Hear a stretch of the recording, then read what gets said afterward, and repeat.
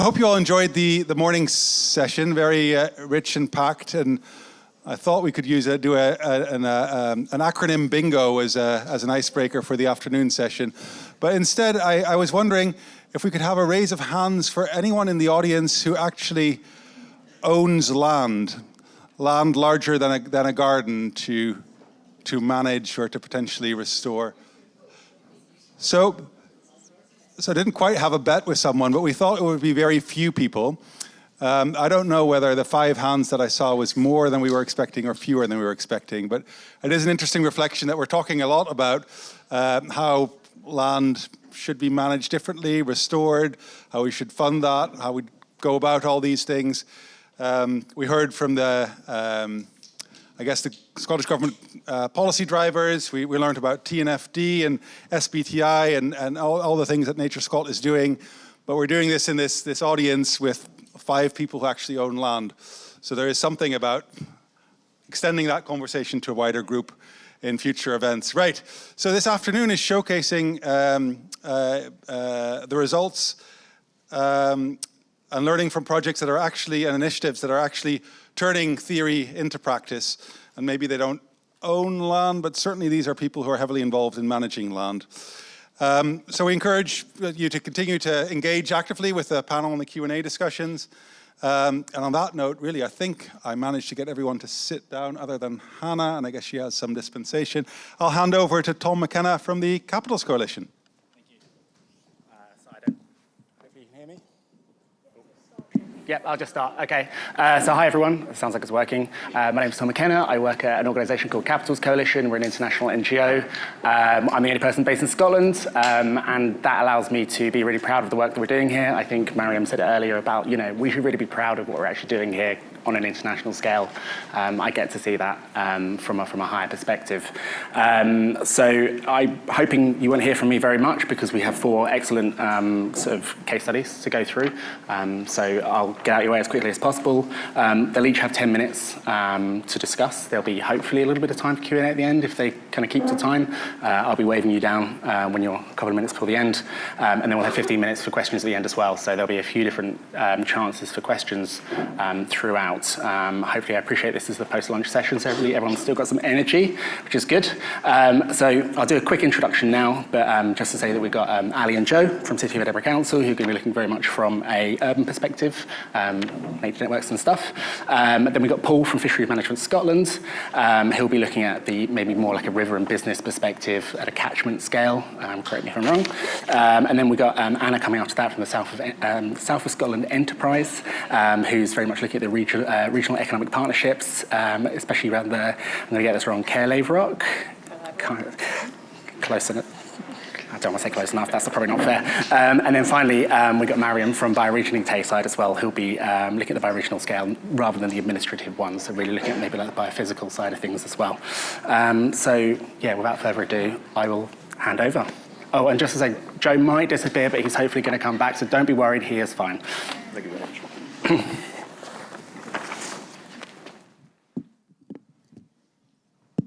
Ever hear me okay? Excellent. Right, if anyone has been in any of my presentations before, as you've heard, I'm going to do this shortly, they are chaotic in nature. This is no different. So, going to be speaking today with my colleague Ali in regards to City of Edinburgh Council's experience with nature finance. So I sit in the wider strategy team, the Chief Executive's office, so that's much more policy level, so I'll be discussing that going through. So the first one, if we heard today about ferns, this is kind of first kind of foray into nature finance as City of Edinburgh Council. Amazing learning experience in this project. Really supportive from Nature Scot and Natural Heritage Lottery Fund as well in terms of the obstacles that we came across with this project, and there were obstacles. So I think it says up there that we were the only urban, yes, the only urban one at the minute. I've been corrected that there's actually 2 others now, so that's good to hear as well. There were kind of some issues around scale, not being able to aggregate benefits, and the existing metrics not recording or being able to, basically the sites being too small to register those benefits or the return on investment as well. So we pivoted halfway through the process looking at what we could focus on. So we looked at focusing on biodiversity unit generation, which did generate returns as well. So we did that with our work through Atkins and Finance Earth as well. So that was quite interesting. It's informed our approach to looking at this further in the city as well. Next up, we've got the Gogarburn and Almond catchments as well. So these have just recently started. In fact, I think the kickoff meeting for the Almond catchment is actually tomorrow.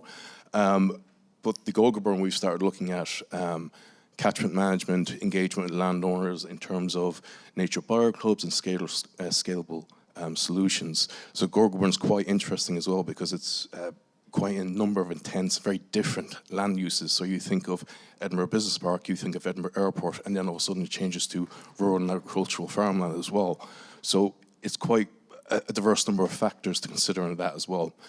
And with this, we're looking to scale up these lessons to the Almond as well. The Almond project is looking at this from kind of higher up in terms of the rules of governance for buyers clubs as well.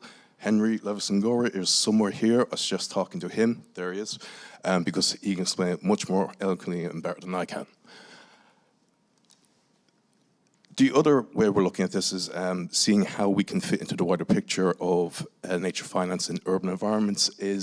I'm a panel member for the Strategic Nature Network, which is run by Rebuilding Nature UK. So they're organisation of wildlife trusts, local authorities and such like that, and also on the working group for nature investment zones, which is looking at regional approaches where nature investment zones be a minimum of kind of 10,000 hectares. So that's interesting in terms of 10,000 hectares is the size of the Pentland Hills Regional Park. So we would need to work on this benefit regionally as well. We're also highlighting our lessons learned through the Ferns project as well for some of the constraints or considerations for urban environments in terms of scaling up and aggregating benefits of nature and investment. Big one, and this is why I'm disappearing shortly, as why it's a bit panicked and rushed, is this is being discussed at full council right now in the city chambers. Community Municipal Investments, sorry to dump another acronym on you, but CMIs. Glasgow City Council were the first local authority in Scotland to launch theirs in September of last year, and they've just launched the second one as well at the start of this month. It is effectively an old idea made new through digital platforms and crowdfunding. It is looking at raising money from local residents who invest the money for 5 years. They get their money back with interest, an interest rate higher than they would get a high street bank account. It also allows investment from institutional investors. So for example, Unity Trust Bank and the Esme Fairbairn Foundation. But it's also about lowering barriers to investment as well to the wider and general public. So you can invest from as little as £5. You can even invest via an ISA. And it's really about building a community of investors that invest in climate and nature recovery actions that are place-based, that they can see those improvements for. And through the engagement, through comms campaigns, it opens up opportunities for engaging people on climate and ocean literacy and the cost of climate and nature recovery action. And it can also lead to kind of wider interest in other investment opportunities in your city. Further opportunities, we are looking at philanthropic donations. This is part of an ongoing work. We recently passed a motion for the ocean back in August, the full council, the first local authority in Scotland to do so. And in the budget this past year, we were allocated 50 grand for ocean recovery activities that inspire and educate and engage people with ocean literacy. Now, £50,000 is not a massive amount of money. It's not going to go very far, but we're hoping to engage community groups and others through various activities and to use this as a medium for starting a conversation around how can nature investment work on coastal environments and the marine environment as well. And again, future CMIs and regional buyers clubs. So that was a very quick whistle-stop tour. I'm now going to pass over to my colleague, Ali, who's going to discuss Edinburgh Nature Network. Thanks, Joe. Hi, everybody. My name is Ali Hoadley. I'm a Green Space Development Officer and ecologist at the City of Edinburgh Council, and we just wanted to touch on a couple of other projects that tie into the themes here today. So the Edinburgh Nature Network is something that quite a few people in this room have been involved in, even before my time and my being involved. So it's a long-term approach to manage and restore the landscape of Edinburgh. The development work of this, of mapping ecosystem services, habitats, holding workshops, saw us have our map of over 200 actions, and we were then looking to move move to delivery. So we were very much modeling that neighborhood delivery approach, because at urban landscape scale, it can be very granular, it can be very small. So how do you build up these small but community-driven effects to then have that landscape thing where you can still be looking into nature finance as well? So we're very much looking at this. What we were able to do as well through the mapping of the Edinburgh Nature Network was be the first urban nature network in Scotland as well. So that very much allowed us to pioneer this and be ahead of the Scottish Biodiversity Strategy and NPF4 as well. So as I said, we're very much looking now to these scalable projects at this landscape level, allowing us to work very much with partners and with the community as well. But as I said, with that constraint of the urban fragmented landscape too. And the next stage of this for us, so this first stage was made possible through the Future Parks Accelerator Programme, and this now has a brilliant successor programme as well called Nature, Towns and Cities. So we're a pioneer cohort of that as we were involved in the first iteration, but as has already been mentioned today, there's now 2 new Scottish cohorts, so Fife, but also North Lanarkshire as well. And as part of this, we're supporting the scoping and design of urban green tokens. The first iteration of this is tree tokens, and this is with the Nature, Towns and Cities and also with Finance Earth. So just to give you a nice graphic, our first delivery area was in Leith, hopefully an area that many of you know. So this is in the north of the city. We chose this area as it was a very fragmented urban landscape, so it was an area we wanted to think about ecological connectivity, had the highest population in the city, so thinking about impact to people and how we work with people, which is absolutely integral across all projects, but especially in highly populated areas. But it also had the highest, ranked highly on the series index of multiple deprivation in Scotland as well. So really making sure we're thinking about nature equity too. So we have spaces we've co-designed with communities, taken them from development to delivery, and again also highlighting projects here with other partners such as the Water of Leith Conservation Trust, as the Nature Network only happens with many organisations and people, not just the council. And my final slide here is just to highlight the Circhive project as well, which is another partnership project here. So our Edinburgh Nature Network was done in partnership with Scottish Wildlife Trust and University of Edinburgh, and Circhive saw us continue to work with the University of Edinburgh on our pilot too. So it's a EU Horizon project focused on natural capital accounting and biodiversity footprinting, and we are part of the Cities Hub, but it spans businesses and agriculture as well, potentially the only project where you'll have City of Edinburgh Council and Lacoste and Ferrero Rocher all working together. But we'll see. And so very much this is allowing us to look at how we monitor and evaluate our Edinburgh Nature Network and other tools that we can use to do this. And it's allowing us to work with NatureScot as well on their natural capital accounting tool. And it's also looking to EU level policy. So that is my snapshot from the City of Edinburgh Council, hopefully just within time.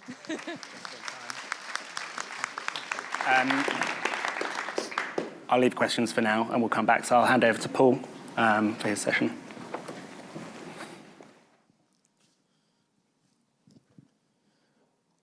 Well, good afternoon, everybody. Very good to be here with you. I hope you're all awake after your lunch. I'm Paul Sizeland. I work for Fisheries Management Scotland. We're a 67-member organisation, and we cover all of Scotland and all of Scotland's watersheds through our membership. So we have a pretty good view of the world from a river's point of view. We're the sort of stewards, if you like, of the wild fisheries. So wild fisheries meaning sort of salmonids mainly, but also all of the other creatures that live in Scotland's rivers. I'm going to talk about the Scottish Rivers Fund with an example, actually, of how that can work in practice. I should also say that we benefited from 2 or 3 years' worth of Fern's funding, which is fantastic, so thanks very much indeed to our funders.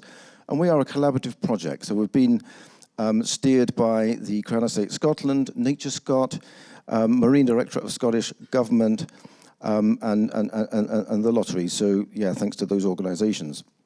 Okay, moving on. So here we are. Scotland is a land of rivers, 125,000 kilometres. They're a precious resource to us. As we know, they provide all sorts of services, ecosystem services. They contain many of our iconic species. Salmon I've mentioned already, but freshwater pearl mussels. But obviously they provide our fresh water and services to industry and so forth. And not least, we identify very often with place. So you think Donside, Deeside, and those types of ways of identifying how communities identify themselves with rivers. Not all is fantastic in the river environment. We know that we have difficulties with water quality.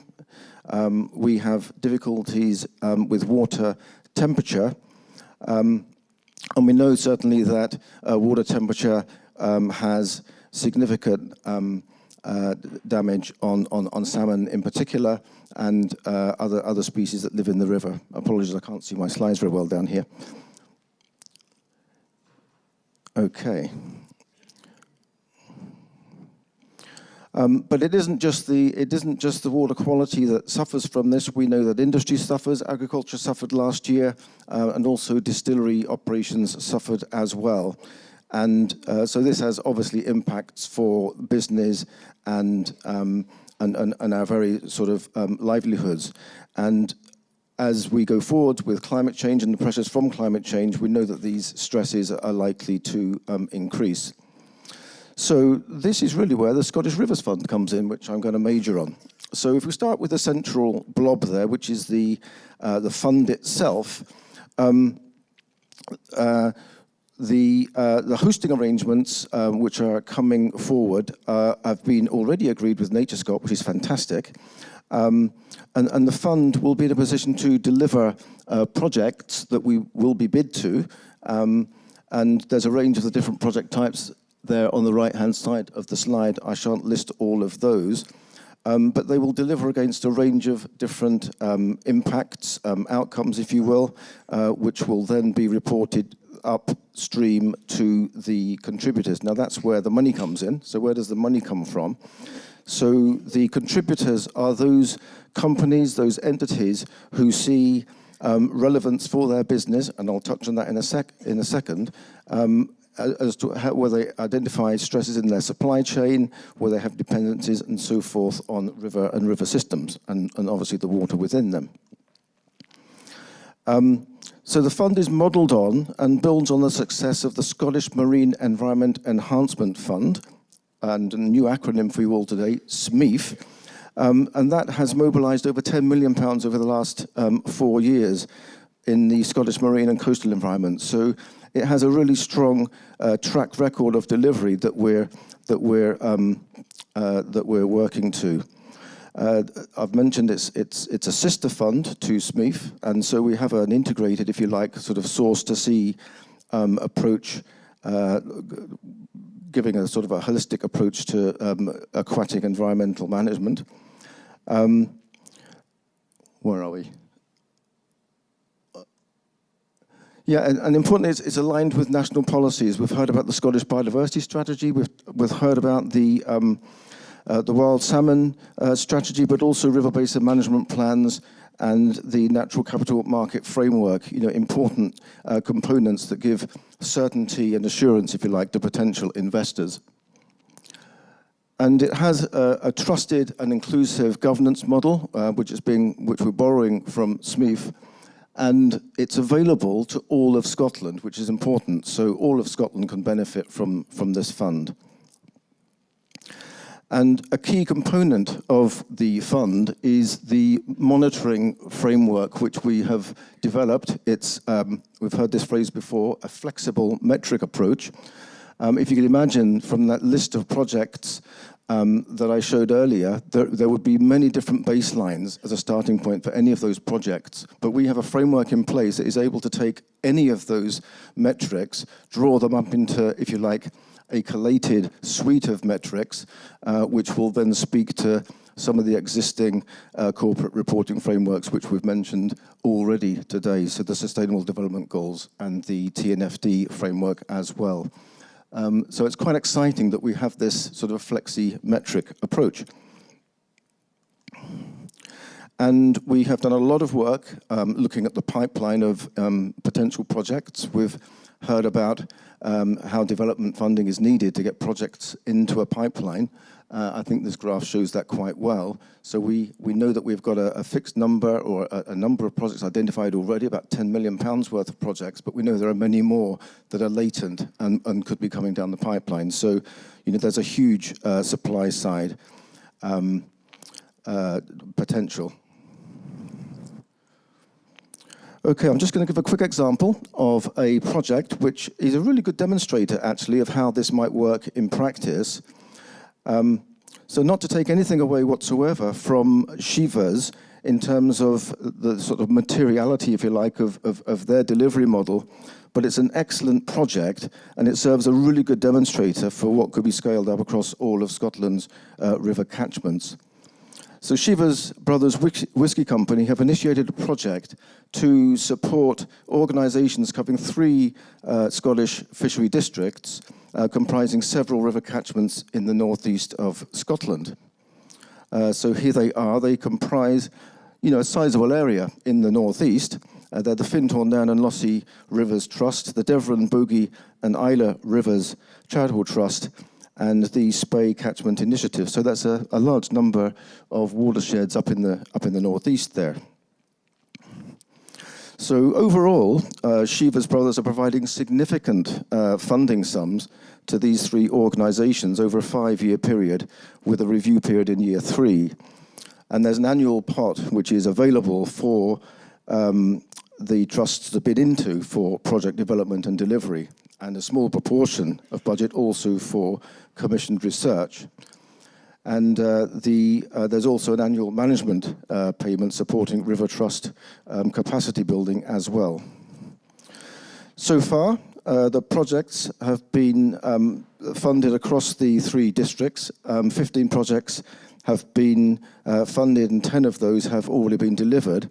And they cover a range of different project types, so riparian tree planting, for example, green bank stabilisation, but also monitoring and research, which is a really important component. So the interesting thing is, why are Shivas doing this? Well, they want cold, clean water, which is great. I mean, we want cold, clean water as well. That helps them with their business resilience. It actually reduces their distillation costs as well, because as water temperature increases, as I pointed out in the earlier slide, their distillation costs go up vastly. They want to demonstrate what can be achieved. Now, this is what they say. They want to demonstrate what can be achieved through doing the right thing in the right place, and it exercises their corporate commitment as well to the environment, and addresses their corporate social responsibility declaration as well. And they value their local presence. So it's very much a location or regional-based initiative where they have local presence, local dependencies, local supply chain interests, and so forth. So, that's a great demonstrator. If we could do this for, all of Scotland, if we could aggregate this interest across Scotland, wouldn't it be great for Scotland's rivers? And I think that is it. Yeah, thanks very much. And we intend to be launching later this year. Thanks very much. We're out of time, so yeah, we're out of time for that presentation, but I'll pass on to Anna now for South West Scotland Enterprise.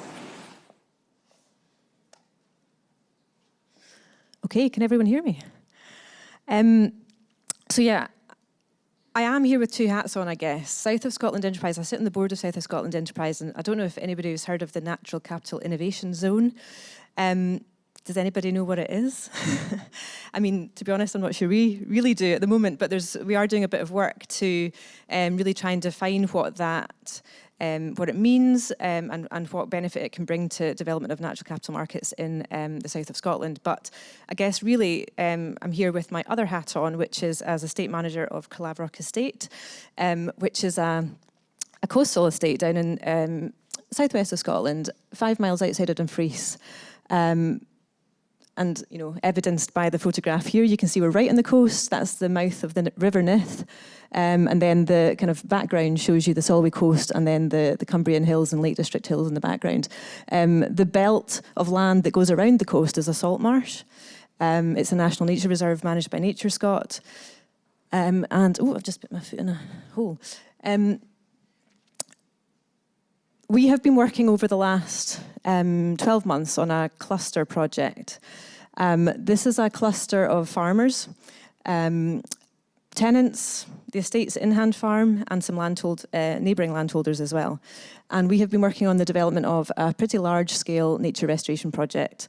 It's 2,500 hectares in scale, 9 landholders, 17 holdings, and it encompasses 3 villages, one of which is Glencapel village, which you can see in the picture. This has kind of come about because Caerlaverock as an estate has been quite involved in conservation for many, many years. We have the Wildfowl and Wetlands Trust as a tenant. They manage the Caerlaverock Wetlands Reserve. But in the last maybe 3 or 4 years, we've done quite a bit of nature restoration work on our in-hand holdings.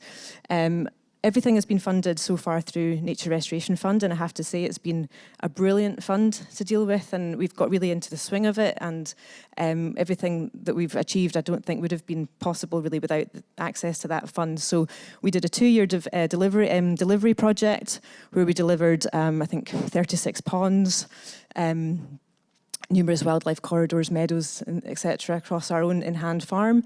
And then more recently, we've been in a 1-year development phase through NRF, developing this bigger project, which has come about because our tenants and our neighbours became interested in the work we were doing on the ground and wanted to get involved. So it's a nature restoration project, but it's really important to, I guess, understand that the principles of the project are quite key. We are a bunch of farmers, basically, who make a living from food production. That, you know, the continuation of that is very important. So we are not setting out to be a nature reserve. We're setting out to provide a kind of connectivity project. I'll show you the next slide, which kind of helps to see where we sit amongst the nature reserve. We've got some peatland projects going on at the Locher Moss. We've got Wildfowl and Wetlands Trust. You can see where we sit as a kind of, I like to say, a beating heart in the middle of other kind of more concentrated areas of conservation. But we are a cluster of private landholders, and so we've got a unique role to play, I think, in nature restoration. So the challenge, I guess, we've had is, having developed this project, which looks a bit like this at the moment, it's a big, colourful picture of wildlife corridors, wetland corridors, ponds, areas of woodland planting, areas of meadow. It is a 1.75% change in land use for a 53% biodiversity uplift. And these metrics are quite key in really getting the engagement of the farmers and their interest in going forward to delivery. But one of the challenges we've got has been how are we going to fund this, because we estimate this to be about 1.5 million to deliver. So we applied again to Nature Restoration Fund, and the challenge back was, you know, try to create a blended finance model. So I guess what I'm kind of talking to you today about is just our experience of trying to pull that together. I can tell you some of the challenges and some of the insights I've had through that process, and there's much smarter people in the room here who understand a lot more about finance than I do. But you know, take what I'm saying as a landholder view, and kind of, you know, try and put yourselves in the shoes of landholders for a couple of minutes. I guess the insight that I've had, first and foremost, that's a nice picture of one of our wildlife corridors in the side there. Having flexibility to provide funders with the outcomes that they want is absolutely key to achieving a blending finance model. So we have been, I guess, had the luxury of operating in a fairly flexible system because it isn't regulatory. It's the private funder that we are working with, infrastructure provider, is in a voluntary kind of market at the moment, and that has been great. We've had to really understand the requirements of different funders that we are working with. What do they want out of the project? Are they looking for, you know, any form of uplift? Are they looking for a story? Are they looking for a particular type of habitat? Similarly, we've got Nature Restoration Fund who also have requirements. So it's been putting together a big jigsaw puzzle. So having flexibility and a really understanding what everybody's different requests and different needs are has been really key. And I think the point was made earlier, but discussing with people early on what they're going to want has allowed us to plan into the plan, basically, some assets that we know will be of particular interest to particular funders. I've put there an example being, this is a wildlife corridor. Is that a linear or an area-based habitat? It sounds like a very specific question, but that's really key. Because in our project, the cost of our wildlife corridors is probably about half the cost. If that corridor is considered a linear habitat, it's not really of interest to anyone to fund it. If it's considered an area-based habitat, then there's an uplift and it can get plugged into a calculator, and it is something that is capable of being funded. So these are issues that we've had to go through, and we've had the question asked, what is this? And we've had a bit of going back and forward with Nature Scott about, how would we class this? And this has all been really important learning, and I think if we're all agreed that the goal is to try to bring as much private funding into these types of projects, then getting the answers to these types of questions right at the outset is really, really important. Gosh, there's a lot of words on that slide, but we need to be able to layer the benefits. So I haven't really spoken about the myriad of benefits of our project, but one of the big things for us, clearly it's a nature restoration project, but we have a huge amount of community benefit involved in this project because of the work we're doing to mitigate flood risk. We're using things like wildlife corridors as interventions in locations where we know that there's quite a lot of flooding happening. We're seeing, big weather events, a lot more water appearing on the estate than has done in the past. And we're having to think about how does water flow, and how do we hold it longer in the soils? How do we try and slow it up? How do we prevent the villages from flooding? And so a lot of the assets that we're creating have got that in mind. We've had hydrologists come in to review the plans to kind of rubber stamp them from that perspective. The design has been very much farmer-led. They have come up with what they want to do, knowing their holdings.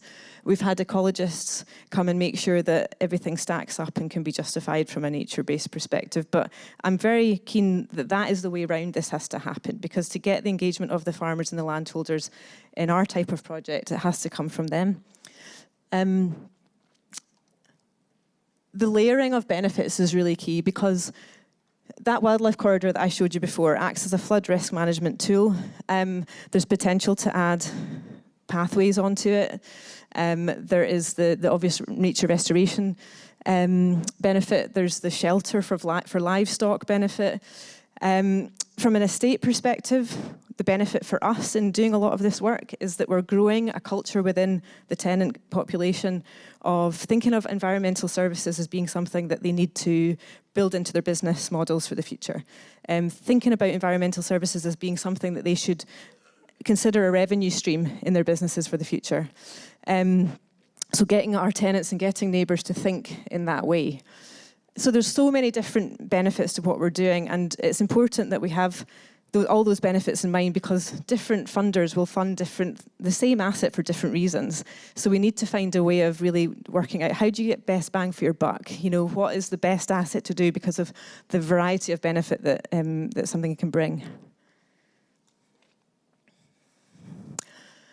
I won't dwell on this for too long, but it is very hard as a private estate to access a lot of the public funding. Not NRF, I have to say, but other things, especially in our area, we have a lot of community wind farm monies available. It's not easy because there is a distrust in placing funds in the hands of farmers, I think. But yeah, a lot of the people who are going to be best placed, the point you made earlier, to do a lot of this work are private landholders. And we need to find a way of making it easier for private landholders to access more of the pots of funding. There is some really great stuff going on in our region in the south. It was mentioned before, the work of the Solway Coast Marine Partnership, doing some really great projects. But having been through the detail of everything they're doing, and millions of pounds going into the region, there's not a way for us to access funding through that stream. So it's not easy. Anyway, as I say, I'm not going to dwell on that too long. The estate structure really does lend its hand, I think, to this type of model, and I think what we've achieved at Caerlaverock is very replicable in other estate settings and private landholder settings.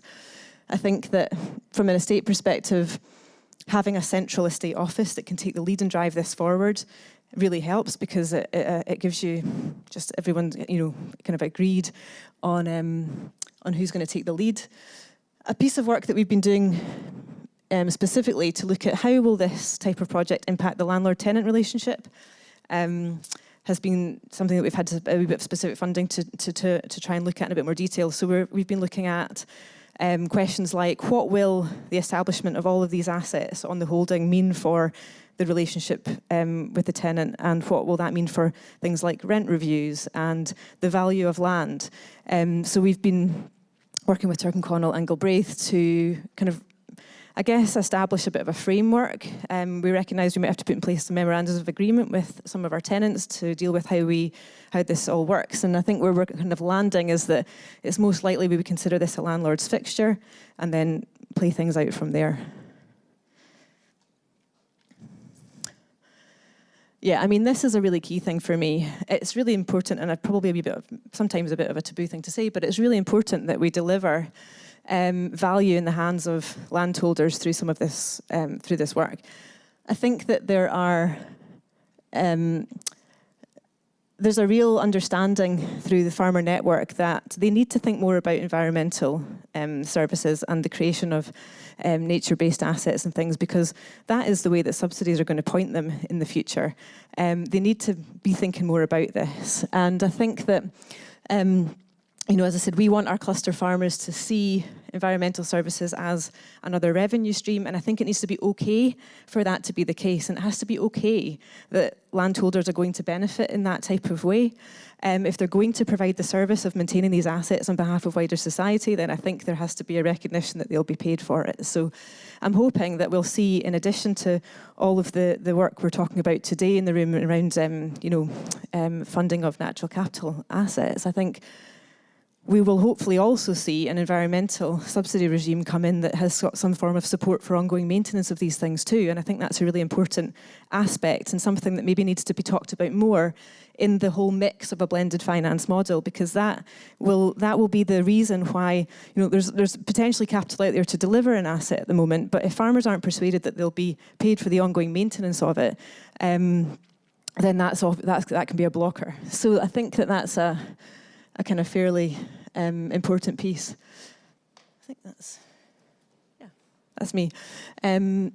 Yeah, I mean, I guess just from a final comment perspective, I think we need to, I guess it's just back to the point that you made earlier. I'd really love to see more landholders, farmers being engaged in this type of conversation, because I think that, you know, at the end of the day, we're trying to achieve nature restoration. The development of a natural capital market is one way of doing it, but there are other ways of doing it. And there are other ways, and I think that if we allow landholders and farmers to come into the conversation a bit more, I think there's things that we can look at around what's the link between nature restoration and the value of the output from farms. And how do we potentially improve the value and improve the product at the end of the day in a way that might actually encourage the farmer to invest in nature restoration as an investor. So anyway, I'll leave it there.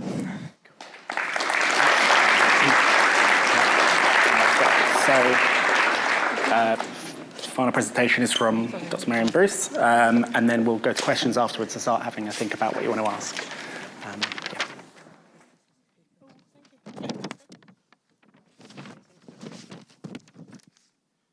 Hi everybody, I'm delighted to be following Anna with all of the many points that I'm going to reiterate as well, so that's all good. My name's Marian Bruce, I'm co-director and co-founder of Bioregioning Tayside, which is a landscape scale restoration partnership. We are a community interest company, and we have partners, Dark Matter Labs, who are our international futures think tank. We work across the whole of the Tay catchment, although the work is very specific to each of the subcatchments. And if you're wondering what a bioregion is at this point, it's a functioning biological unit. It's a functioning ecosystem. And by focusing on a catchment, then it allows us to actually bring multiple ecosystem services together, not thinking about them as nature, not thinking about them as carbon or social impact, but thinking about them in a holistic way, which is how they really need to work. I want to do that. So a bioregion is not defined by the political or economic boundaries of it. It's defined by the geology, the topography, the climate, soils, the hydrology, the agriculture, and of course the people that live there. So it has to involve all of those aspects, and what you're capable of delivering from a landscape is determined by all of those things. So understanding the ecology and how it all works together with the people that live there and the non-human organisms that are also part of that ecosystem has to be at the root of how we think about this. So what does bioregioning look like in practice? It involves being native to a place, living in a place with attention, with relationship, and with reciprocity. And that's at the root of that. And it requires ecological thinking. And many of the problems that we have really is the sort of distance of many people from an understanding of how our ecosystems are actually functioning. So we work in this holistic view, and we weave together communities, people who are working bioregionally within the place already. This is not about replacing existing community organisations. It's about networking them together and building that community of people working to restore nature and allowing people to live in the landscape.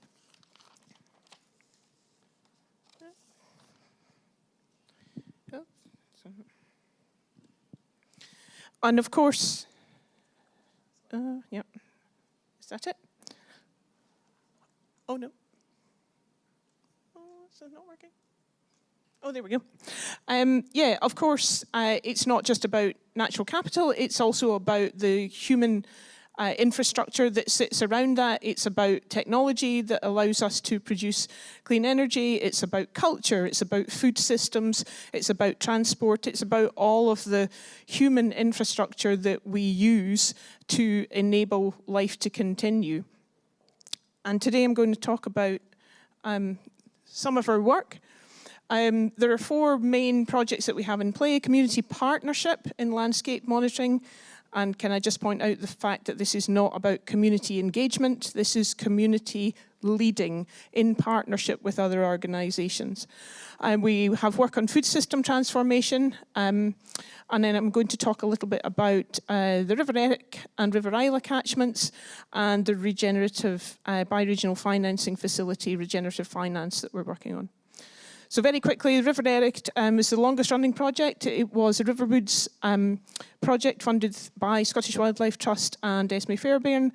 And that work continues with Common Land to develop a river trust where local people are making decisions about the river, are monitoring the river and are part of the decision-making process about how the river is managed and the land around it.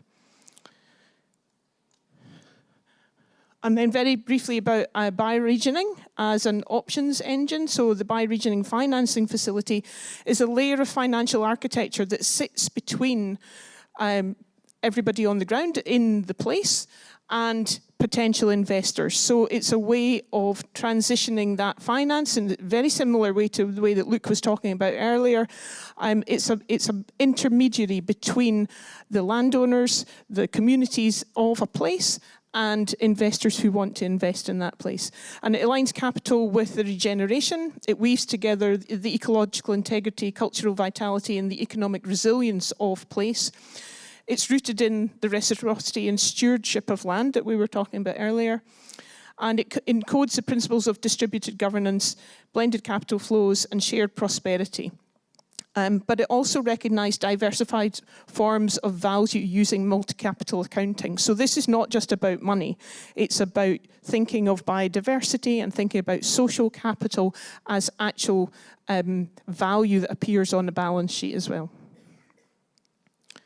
So the key characteristics of bioregional financing facilities, they are about a single place, focusing on place rather than multiple projects across different places. It's in investing in a portfolio of projects that are connected, that are synergistic, that are actually aligned together and coordinated. And it's finance agnostic, so it's using different kinds of financial instruments to bring capital in to create the restoration work. It's on an intergenerational timescale, so this is not a 5-year or 10-year investment plan. This is work that will outlive all of us in this room. And again, talking about the governance has to be in the landscape. So this is not governed by somewhere else. It's not defined by investors from someplace else. It's decisions being made by the people who live there. And again, the metrics that we're using will be agnostic as well, so whatever that needs to happen in different kinds of projects, but also an overall kind of metrics that define bioregional values, the resilience of communities, the resilience of our ecosystems to climate change. And then I wanted to talk a little bit, very quickly. Oh, yeah. It's not... You have to pointing it, right? You do that. This is a detailed analysis. It's part of financial modelling that we've been doing with Ecosystemique, who Miles is at the back of the room with us today, who are environmental economics consultants, and we used a framework, a sort of a framework envisaging 4 plausible scenarios in the future to work out how we might fund ecosystem restoration across the River Isla catchment, which is the furthest east. So it comes down Glen Isla, and it does a sort of left-hand bend and then comes along through Strathmore and then meets the River Erich further along, down through Perth and then into Dundee. And the reason that we're focused on this river in particular is that there is a huge problem with water scarcity in this catchment. The water from the River Isla is channeled to Dundee. So this is the water source for 150,000 people in Dundee. And it also feeds the aquifer. And the river is used for abstraction in one of the most fertile farming valleys in Scotland, Strathmore, where a lot of the vegetables and the grains and the soft fruit that you'll be eating throughout the year are coming from.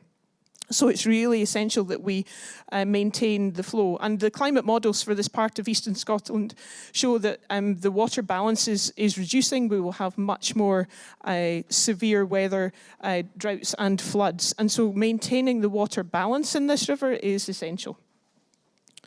This is the methodology. I'm not going to dwell on it because we've only got a wee short time, but there's a detailed methodology behind it. And these 4 scenarios really were modelled on the x-axis, sort of limited landscape regeneration in the way that we are doing it now, or widespread coordinated landscape regeneration, including all of the ecosystem services. So this is not just carbon, it's not just peatland restoration, it's everything all together. And then on the other axis, on the y-axis, we've modelled these on either whether there is payments for water ecosystem services. Now that market doesn't exist at the moment, but actually this is one area where we think it's really important. And we've modelled it either water on or water off. And the names are kind of just to distinguish them, but without, an hour to explain how the detail of this goes, I'm just going to skip to the results really. And the results say that actually the only way to do this is if we have water system payments for water system no, I can't get the right word. Payments for water ecosystem services. And so this moderate, reduced investment, but actually maximising the benefits is only possible if you target very precisely where your restoration is happening. And that was the no regret move was about regenerative farming, the change of from existing farming to regenerative. focus on wetlands and riparian and actually restoring the smaller assets that have the highest value in terms of keeping water in the landscape. And then also raising the existing management and the actual quality of grasslands, heathlands and wetlands. Now clearly that's a financing challenge. The uplift on existing the existing management this cost is £125 million, which is a lot. But if that, you then have to balance that against what would be the potential of having to put a water treatment plant or a way of bringing water to 150,000 people in Dundee if this water supply runs out. And actually, it turns out as being pretty good value for money with a benefit cost ratio of more than 2. So for every pound you invest, we're going to get more than £2 back in actual value on the ground. So the next steps in this are actually to do a really detailed eco-hydrological model, so a hydrological model that will pinpoint exactly where are the best places to do this restoration. And then we will convert that into a blended finance package that can be discussed with investors. We've already got some conversations around that. And why to do that is that actually this way of restoring nature at this scale allows us to store the water in the land and prevents other impacts downstream. So it's natural flood management, it's water quality, it's agriculture, it's woodlands, it's everything. So taking that holistic approach gives you all of those benefits. And then I'm going to just leave that up there for discussion, which is kind of what we're learning from all of this. Thank you so much. Okay, so if anyone wants to put their hand up for any questions, then I'll just say thank you everyone for putting such massive projects in such a short amount of time. That's really appreciated. Right, so Sally, I'll give you that roving one, and then I've got one here as well. So there's a question there. If you want to ask it to the panel in general or to one in particular, then I can pass on. Yes. Perfect. Hi, this is probably a question more aimed towards Anna.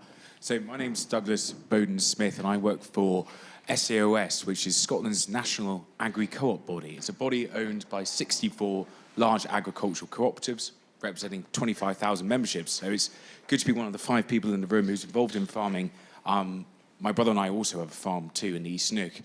So I've been involved through forming a natural capital producers cooperative in the East Nook of Fife, and that's still tentatively forming. And one of the things that we've experienced is that there's a bit of a disconnect between what the buyer wants and in a highly agricultural productive system, such as the East Nook of Fife, what the farmer is able to provide.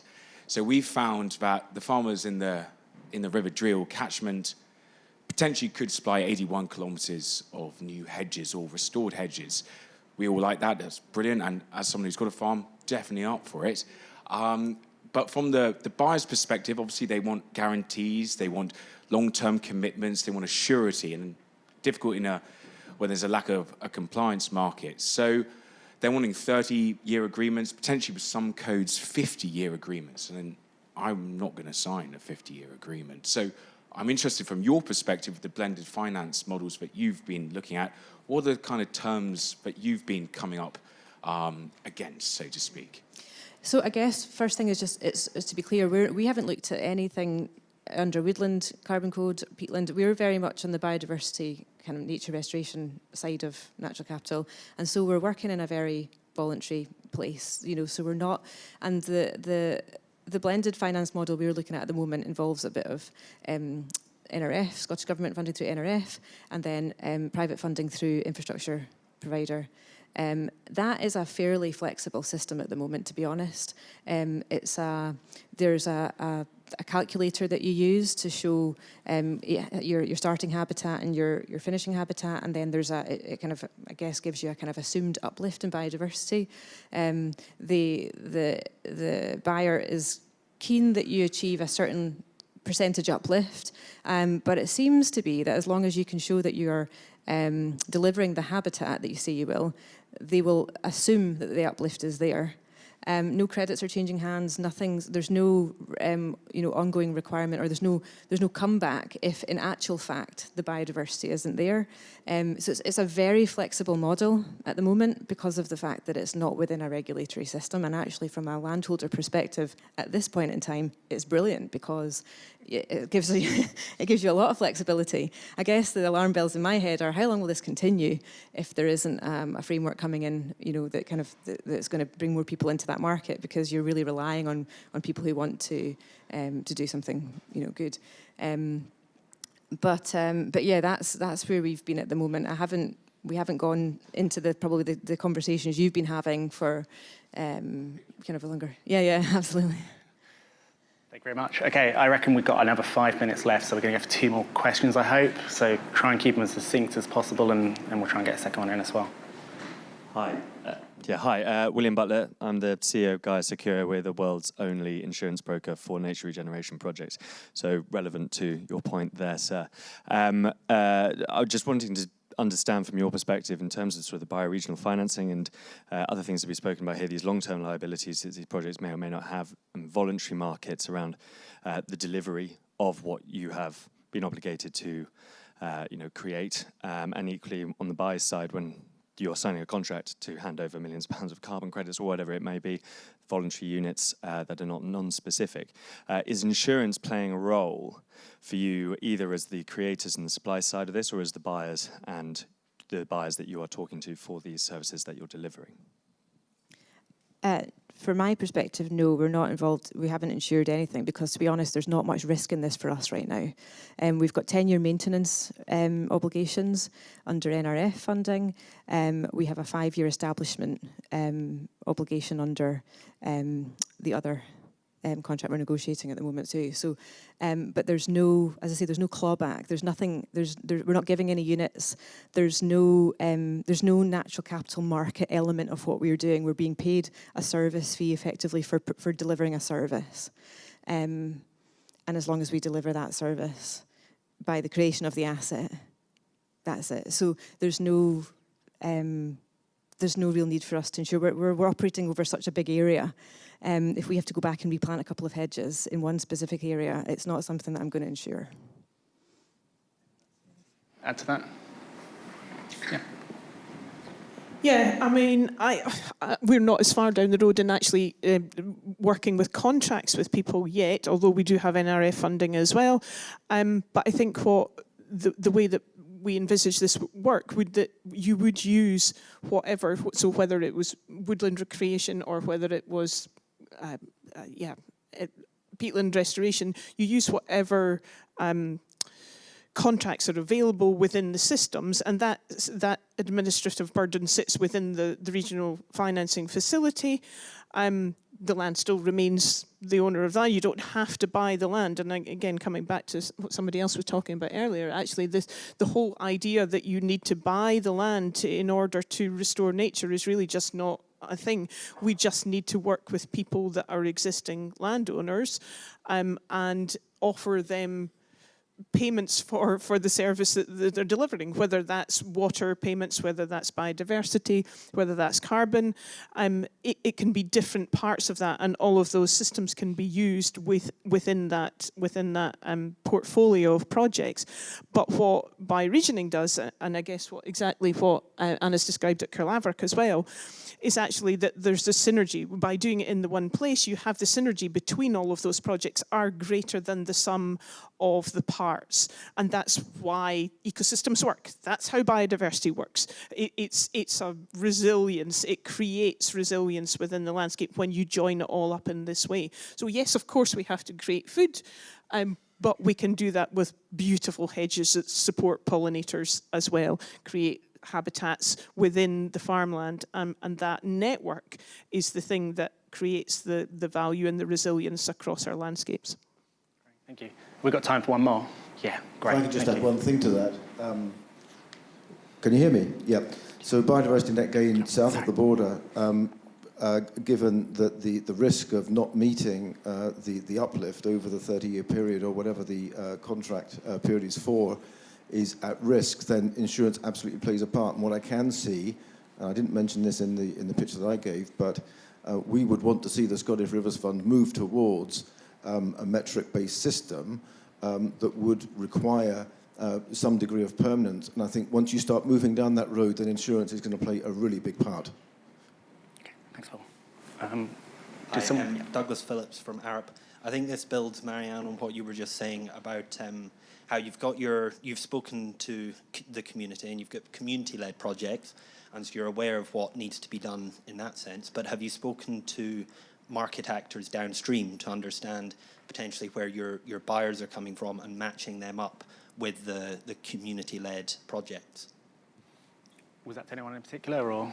Well, Marianne, but anybody. Yeah, I'll let you start. We've not quite got to that stage yet, but that is where it's heading. We're beginning to have some of those conversations around water particularly is of real interest. But I guess it's not about specifically, so when you think about how you might finance that, people are not necessarily going to be financing just individual projects. You might have bonds, you might have units, you might whatever you can think about it as a bank. You can think about it as a bi-regional bank, and the value, the asset of the bank sits within the landscape, and people buy into that, and they can then put those credits on their balance sheet, but the value has to remain within the landscape. That is the whole point. So instead of valuing gold as the asset base for our banking system, we change that and swap that out. And it's a radical kind of thought that we don't really value something that is fungible. It's non-fungible. It has to sit where it is. You can't move it. It's very specific. And so every bioregion will be different in the way that works. But that's the idea of it being a sort of codified value that you then can sell or people will support, and the value of that asset increases with the greater resilience, the more biodiversity that you enable within that landscape. Okay. Anyone else? No? Okay, great. Thanks so much. Okay, all that's left for me to do is just say thank you again so much for that, and give them a round.